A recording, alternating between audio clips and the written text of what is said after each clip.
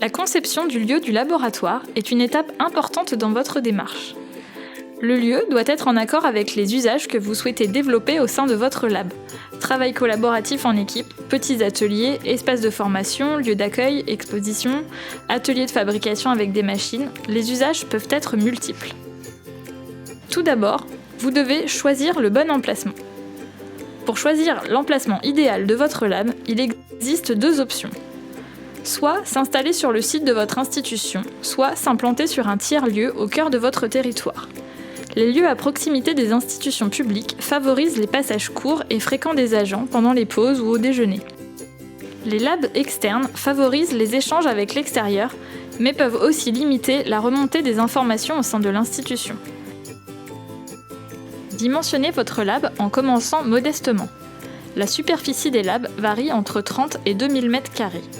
Un lieu d'environ 80 m² permet d'avoir une zone consacrée aux outils de fabrication et une autre à la production de connaissances. Choisissez votre superficie en fonction de vos possibilités et du nombre de personnes que vous souhaitez recevoir dans l'espace.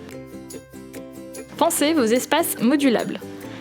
Les labs ont une double vocation, susciter la créativité en faisant émerger des idées dans des conditions conviviales, puis passer aux étapes de prototypage pour donner vie aux idées.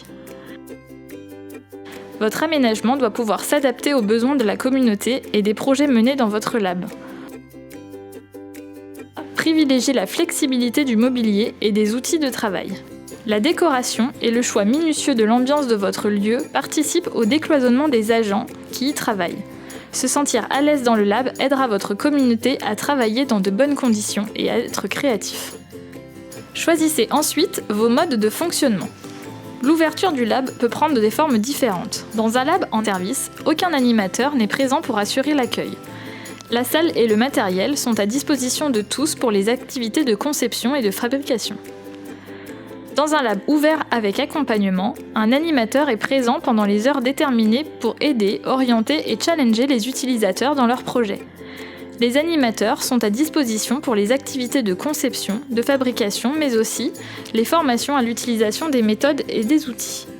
Dans un lab en accès limité sont accueillis des événements ou des séances de travail qui demandent une privatisation partielle ou totale du lieu. Pendant ces périodes, l'accès à certains usages peut être limité. Pensez également à définir des horaires d'ouverture du lieu en fonction de vos possibilités. Bien concevoir le lieu du laboratoire est une étape capitale de votre démarche.